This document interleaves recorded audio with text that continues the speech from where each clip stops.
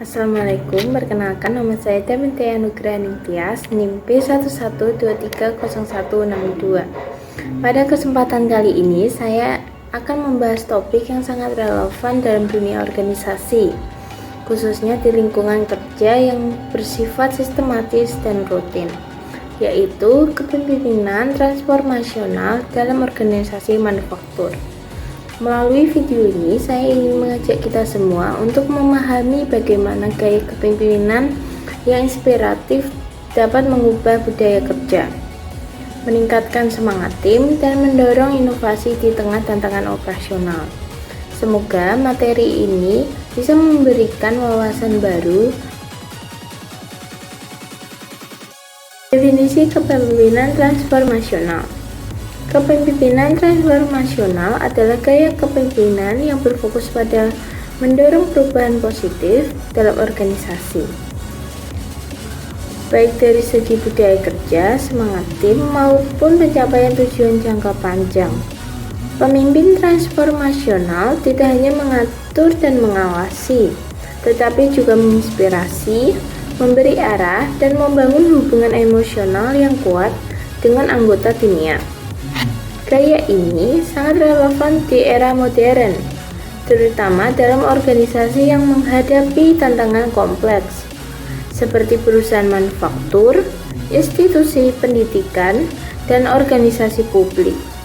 Pemimpin transformasional mampu mengubah cara berpikir dan cara kerja tim, sehingga organisasi ini bisa berkembang secara berkelanjutan. Gaya kepemimpinan yang mendorong perubahan positif melalui 4 aspek. Yang pertama, visi yang kuat. Pemimpin transformasional memiliki visi yang jelas dan ambisius tentang masa depan organisasi. Mereka tidak hanya fokus pada target jangka pendek, tetapi juga membangun arah strategis jangka panjang yang bisa menginspirasi seluruh tim. Contohnya, seorang manajer pabrik yang menetapkan visi menjadi pabrik elektronik paling inovatif di Asia Tenggara dalam 5 tahun ke depan akan mendorong tim untuk berpikir lebih besar dan bekerja lebih cerdas. Yang kedua, motivasi yang membangun. Pemimpin ini mampu membangkitkan semangat kerja tim melalui kata-kata, tindakan, dan keteladanan. Mereka tidak menggunakan tekanan atau ancaman, tetapi membangun inovasi dari dalam dengan cara menunjukkan makna dan tujuan dari setiap pekerjaan. Contohnya, daripada hanya mengatakan kerjakan target produksi, pemimpin transformasional akan berkata, setiap unit yang kalian hasilkan hari ini akan membantu ribuan orang mendapatkan teknologi yang lebih baik. Yang ketiga, inovasi yang didorong. Pemimpin transformasional mendorong anggota tim untuk berpikir kreatif, mencari solusi baru, dan tidak takut gagal. Mereka menciptakan lingkungan kerja yang aman untuk bereksperimen dan belajar dari kesalahan. Contohnya, manajer membuka sesi ide mingguan, di mana karyawan bebas mengusulkan perbaikan proses produksi, bahkan jika ide tersebut belum sempurna. Keempat, perhatian terhadap individu.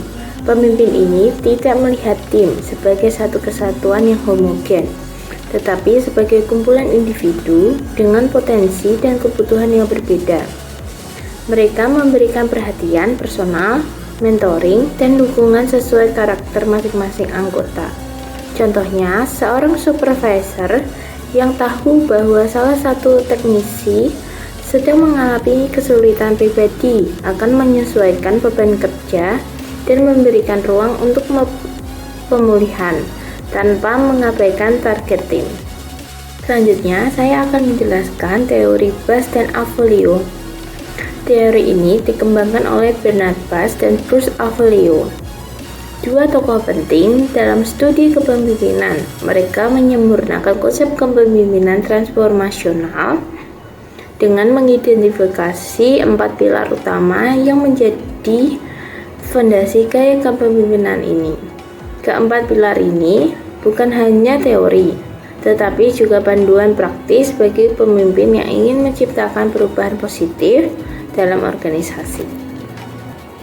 Yang pertama, idealis influence atau pengaruh ideal.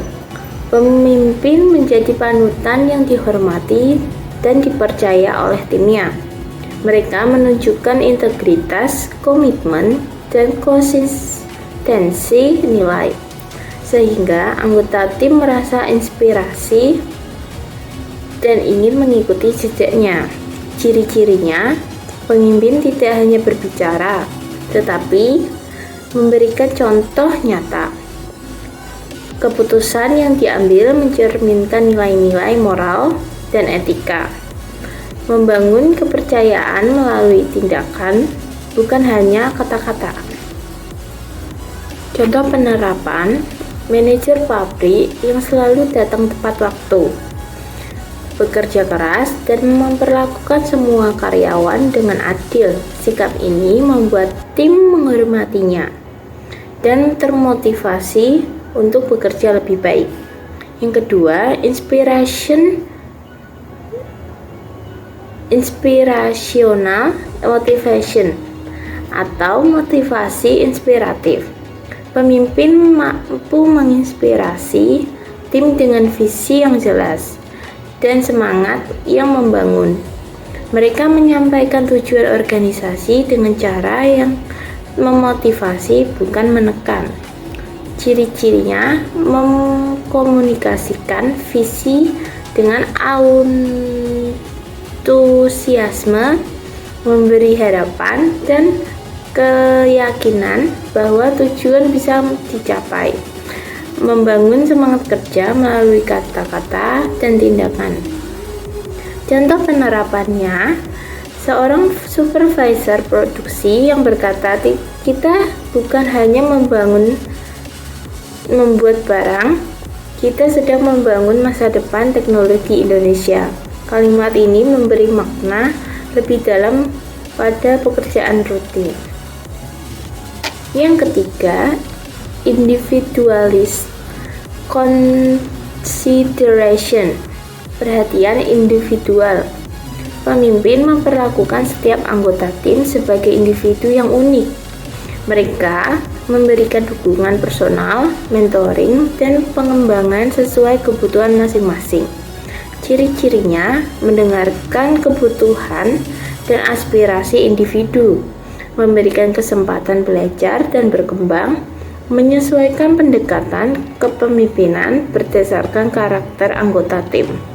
Contoh penerapannya, manajer yang tahu bahwa salah satu teknisi sedang mengalami kesulitan keluarga, lalu menyesuaikan jadwal kerja dan memberi dukungan emosional tanpa mengabaikan target tim.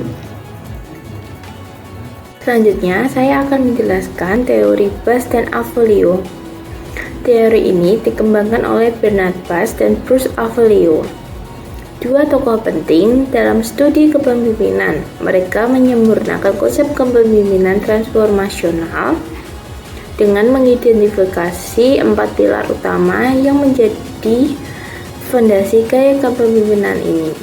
Keempat pilar ini bukan hanya teori, tetapi juga panduan praktis bagi pemimpin yang ingin menciptakan perubahan positif dalam organisasi. Yang pertama, idealis influence atau pengaruh ideal. Pemimpin menjadi panutan yang dihormati dan dipercaya oleh timnya. Mereka menunjukkan integritas, komitmen, dan konsistensi nilai, sehingga anggota tim merasa inspirasi dan ingin mengikuti jejaknya. Ciri-cirinya, pemimpin tidak hanya berbicara, tetapi memberikan contoh nyata. Keputusan yang diambil mencerminkan nilai-nilai moral dan etika. Membangun kepercayaan melalui tindakan, bukan hanya kata-kata.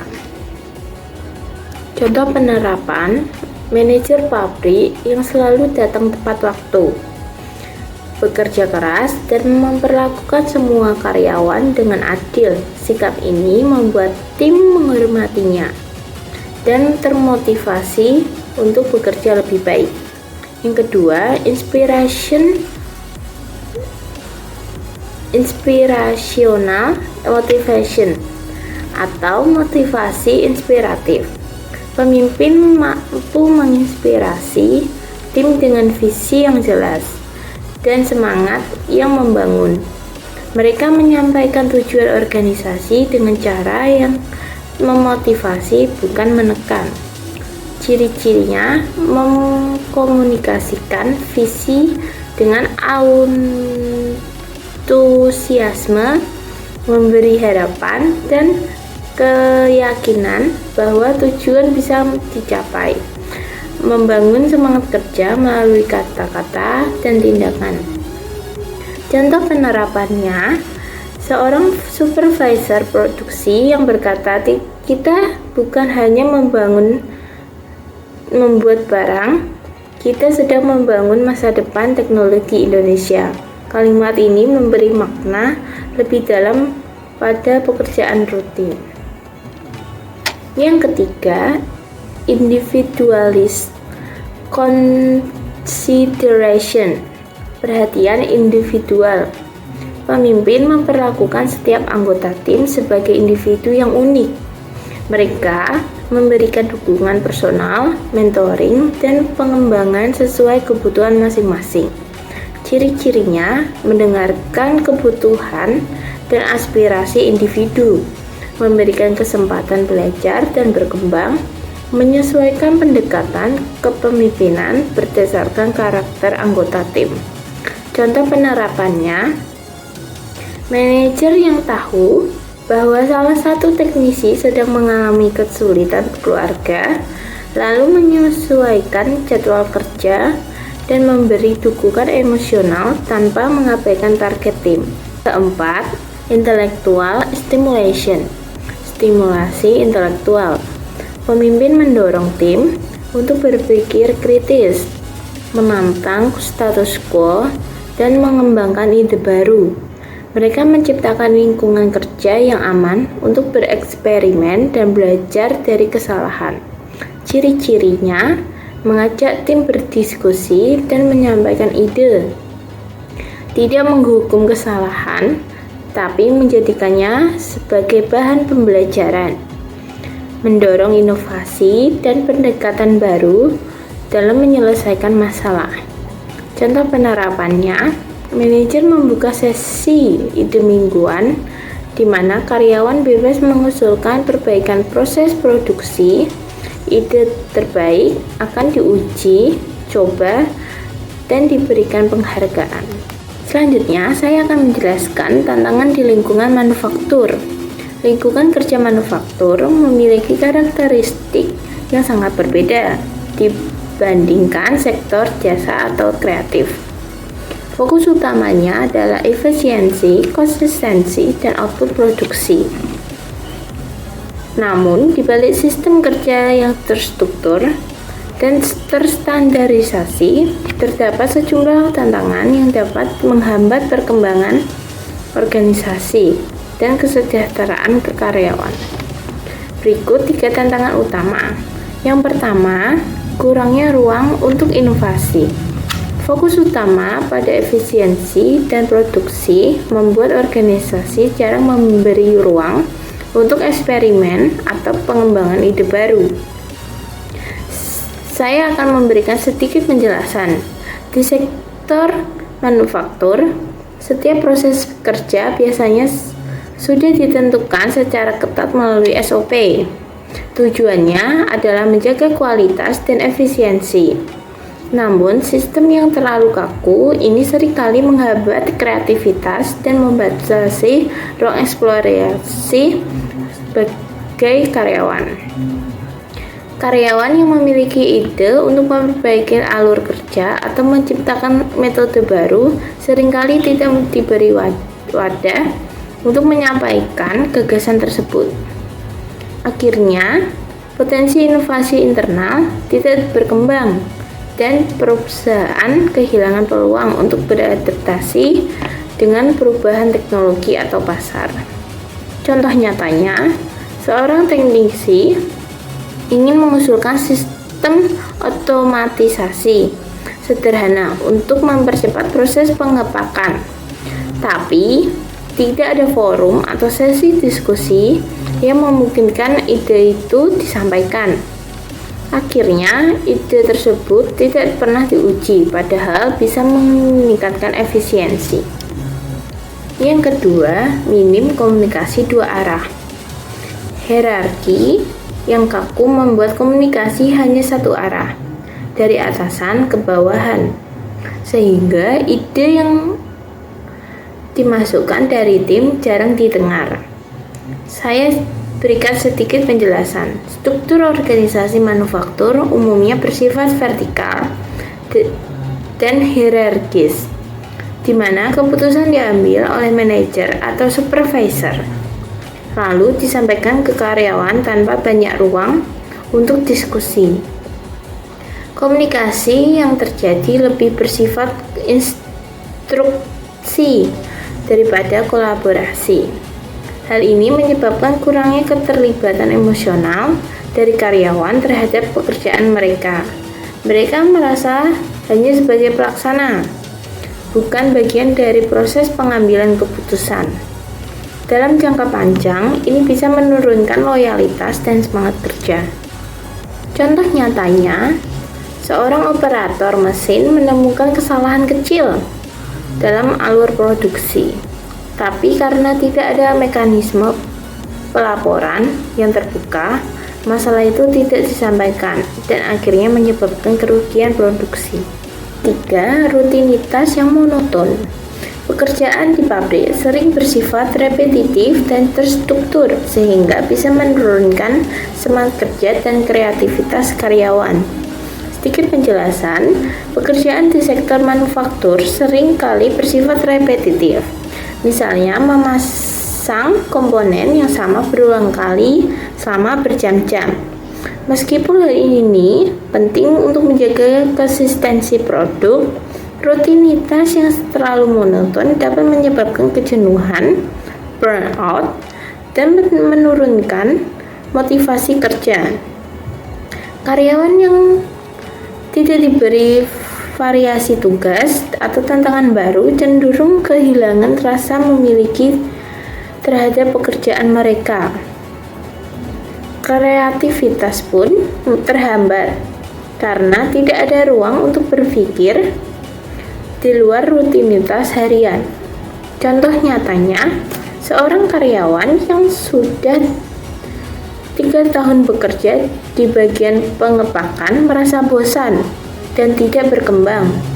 Ini mulai kehilangan semangat kerja dan mempertimbangkan untuk pindah ke sektor lain yang lebih dinamis. Selanjutnya, saya akan menjelaskan strategi sukses kepemimpinan transformasional. Kepemimpinan transformasional bukan hanya soal gaya, tapi soal praktik nyata yang bisa diterapkan dalam organisasi. Untuk menjadi pemimpin yang benar-benar transformasional, seseorang harus mampu membangun hubungan yang kuat dengan tim, menciptakan budaya kerja yang sehat, dan mendorong pertumbuhan bersama. Berikut ada 4 strategi utama yang harus dilakukan agar kepemimpinan transformasional berhasil. Yang pertama, bangun kepercayaan lewat keteladanan. Kepercayaan adalah fondasi dari semua bentuk kepemimpinan yang efektif.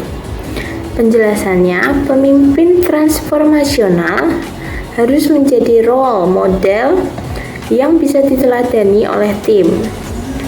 Keteladanan ini bukan hanya soal disiplin kerja, tapi juga integritas, komitmen, dan konsistensi nilai. Ketika pemimpin menunjukkan sikap yang adil, terbuka, dan bertanggung jawab, tim akan merasa aman dan percaya untuk mengikuti arah yang diberikan. Contohnya, Manajer pabrik yang selalu hadir tepat waktu, menyelesaikan tugasnya dengan penuh tanggung jawab, dan tidak ragu mengakui kesalahan pribadi, akan lebih mudah membangun kepercayaan tim dibanding pemimpin yang hanya memberi perintah tanpa memberi contoh. Yang kedua, komunikasi terbuka dan dua arah. Pemimpin yang mendengarkan akan lebih dihormati daripada pemimpin yang hanya berbicara. Komunikasi dua arah berarti pemimpin tidak hanya menyampaikan instruksi, tapi juga mendengarkan masukan, menanggapi ide, dan membuka ruang diskusi. Dalam organisasi manufaktur yang cenderung hierarkis, strategi ini sangat penting untuk menciptakan keterlibatan dan rasa memiliki dari karyawan terhadap pekerjaan mereka.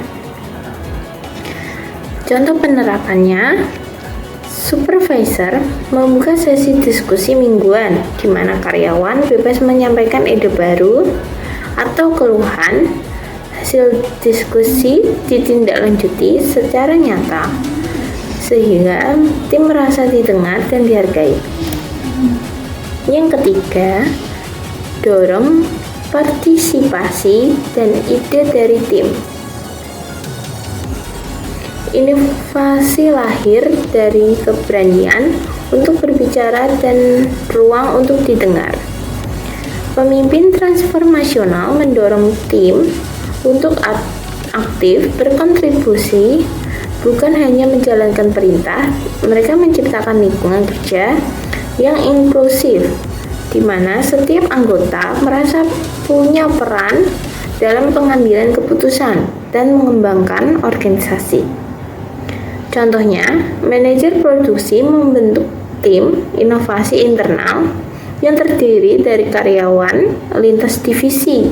Tim ini diberikan tugas untuk mengusulkan perbaikan proses kerja, dan ide terbaik akan diuji coba dalam skala kecil. Yang keempat, kembangkan potensi individu secara aktif. Pemimpin hebat tidak hanya membentuk tim yang kuat, tapi juga individu yang berkembang. Setiap anggota tim memiliki potensi yang berbeda. Pemimpin transformasional harus mampu mengidentifikasi kekuatan individu, memberikan dukungan, dan membuka peluang pengembangan. Ini bisa dilakukan melalui mentoring, pelatihan, atau penugasan yang menantang. Contohnya, seorang teknisi muda yang menunjukkan minat pada sistem otomasi diberi kesempatan mengikuti pelatihan eksternal dan dilibatkan dalam proyek digitalisasi pabrik. Hasilnya, ia berkembang menjadi aset penting bagi tim. Selanjutnya, saya akan memberi contoh penerapan manajer pabrik elektronik.